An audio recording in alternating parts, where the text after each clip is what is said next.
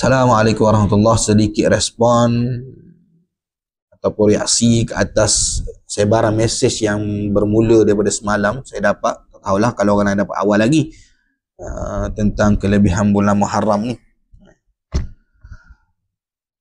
Alhamdulillah, niat nak berkongsi perkara yang baik tu bagus, alhamdulillah. Tapi kenapa kita tak nak berkongsi suatu benda yang dah jelas daripada Nabi SAW? Kadang-kadang orang kita bila benda tu dah biasa, benda tu dah memang umum, semua orang tahu, dia rasa tak rasa excited lah, tak rasa gembira kalau boleh sebar benda tu, sebab semua orang dah tahu. Dia nak sebar dekat benda yang orang tak pernah dengar, baru dia kata, oh hebat dia ni, tahu benda yang kita tak tahu lagi.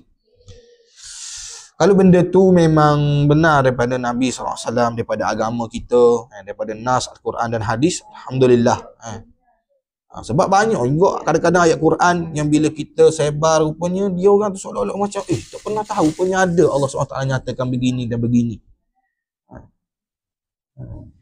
Tapi kita lebih suka condong ke arah perkara yang kita tak pasti sah ke tak. Jadi saya barang mesej malamnya tentang kelebihan bulan Muharram. Saya dapat ni ada 3 kata ulama ataupun 3 penisbahan yang dibawa kepada para ulama. Saya sebutlah. Yang pertamanya dinisbahkan kepada Al-Hafiz Ibn Hajar. Disebut di sini tulis Al-Hafiz Ibn Hajar rahimahullah menyebutkan bahawasanya diriwayatkan dari Hafsah radhiyallahu anha dari Nabi SAW, beliau bersabda, barang siapa yang berpuasa di akhir bulan Zulhijjah dan diawali bulan Muharram, Allah akan menjadikannya penebus dosanya selama 50 tahun. Dan puasa 1 hari di bulan Muharram sama dengan puasa 30 hari.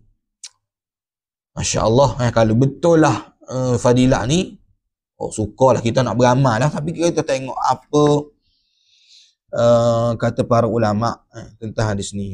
Dia berkata ulama ni, cuma betul ke ulama ini yang kata? Pertama sekali kita tengok adakah betul penisbahan ini memang disebut oleh Ibn Hajar. Benar, kalau mengikut pencarian di dalam kitab-kitab Ibn Hajar, dia pun tak sebut Al-Hafiz Ibn Hajar mana ni. Al-Hafiz Ibn Hajar, kalau dalam kitab Al-Hafiz Ibn Hajar Al-Asqalani, contoh kitab utama dia Fathul Bari, Al-Matalib Al-Aliyah, Lisanul Mizan dan Isabah fi Tamyiz Al-Sahabah, para ulama mengata tak ada riwayat pun bahawa Ibn Hajar pernah sebut benda ni. Tak ada dalam kitab-kitab utama dia, tak ada. Yang dijumpai mana ni penisbahan Ibn Hajar, Nabi Ibn Hajar sebut gini, dijumpai dalam satu kitab yang diberi nama mana nama kitab tu, saya tengok Kanzun Najah was-sururi fil ada'iyati allati tashrahu as-sudur. Temu kata-kata Ibn Hajar ni dalam kitab ni, Kanzun Najah was-sururi fi ada'iyati allati tashrahu as-sudur. Kitab ni disusun oleh siapa? Syekh Abdul Hamid bin Muhammad Ali Al-Qudsi. Dan majoriti para ulama-ulama yang melihat sanad yang disandarkan kepada Ibn Hajar ni adalah taraf dia maudhu', palsu, bukan sahih. Sedang jadi bila kita tak pasti ni memang betul ke kata Ibn Hajar ke ataupun tidak ke, dalam kitab utama dia pun tidak disebut. Jadi sepatutnya kita tak boleh nak sebar lah. Orang yang bertanggungjawab menyebar ni, dia kena tahu dulu, dia kena cek dulu. Tak boleh lah ikut sedak je nak sebar. Agama ni bukan serupa baju, boleh tukar mari silap bagi saya ambil semula, tak boleh gitu. Sebab kalau orang beramal, kita yang akan menanggung dosa. Jadi sebab itulah kita kena jadikan guideline. Hadis Nabi SAW sebut, man kadzdzaba alayya muta'ammidan falyatabawwa maq'adahu minan nar. Barang siapa yang berdusta, sengaja berdusta atas nama aku, maka dia sediakan tempat dia dalam neraka. Hadis ni mutawatir kot, disebut oleh 70 orang sahabat. Lebih daripada 70 orang sahabat. Sepatutnya kita kena jadikan guideline hadis ni bila kita nak bercakap. Bukan bermakna bila kita orang yang pertama sebarkan kita akan jadi gah, kita akan jadi hebat. Tak, mulia tak mulia ni Allah yang tentukan. Sedangkan ada hadis-hadis yang lebih aula untuk kita sebarkan di bulan Muharram yang jelas daripada Nabi SAW. Contoh, 4 hadis yang kita sebut di sini adalah hadis yang sahih tentang bulan Muharram yang sepatut kita sebar. Contoh Nabi sebut dalam hadis riwayat Muslim nombor 1163. Afdalus siyam ba'da Ramadan syahrullahil muharram wa afdalus salati ba'da al-faridah salatul lail. Nabi SAW sebut, Nabi SAW bersabda, sebaik-baik puasa selepas Ramadan ialah puasa pada bulan Allah, iaitu Muharram. Dan sebaik-baik solat selepas solat fardu ialah solat malam. Hadis yang kedua tentang kelebihan bulan Muharram, keutamaan puasa hari Ashura, 10 Muharram. Kata Nabi SAW, Nabi SAW ditanya, su'ila Rasulullah SAW an sawmi yaumi Ashura faqala yukaffiru sanatal madiyah. Kemudian Nabi ditanya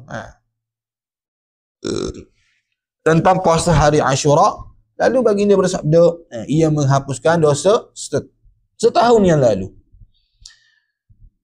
Lepas tu antara puasa Ashura ni Nabi SAW niat untuk laksanakan 2 hari sebelum Muharram. Hadis ni berbunyi, Nabi kata, qala Rasulullah SAW, la in baqitu ila qabil la asumanna tasi'.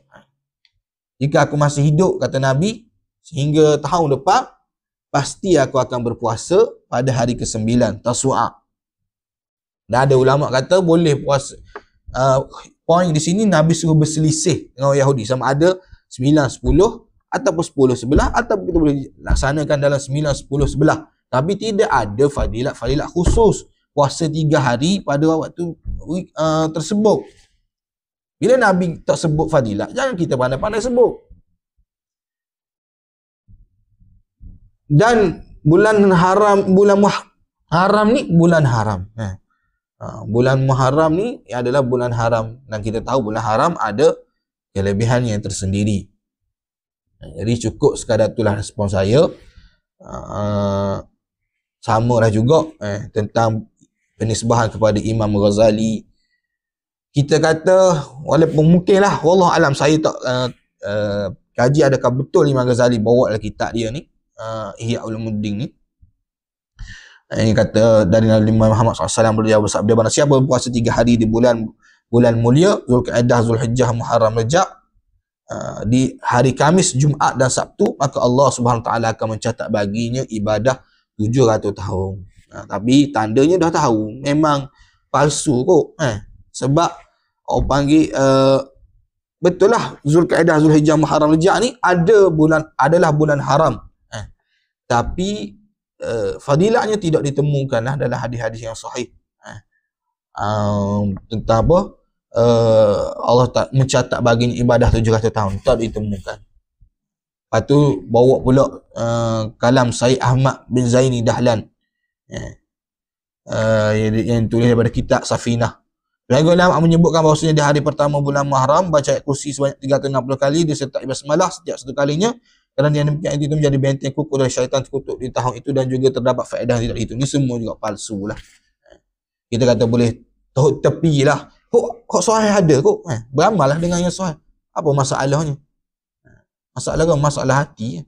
Sebab benda sahih kita rasa biasa, orang lain semua tahu. Kita nak suruh orang lain ambil daripada kita benda yang luar biasa. Wallahu alam. Mudah-mudahan Allah Ta'ala beri kekuatan kepada kita, jaga kita dalam melaksanakan kehidupan, dalam melaksanakan agama ni mengikut petunjuk yang telah ditinggalkan oleh Nabi kita SAW. Assalamualaikum.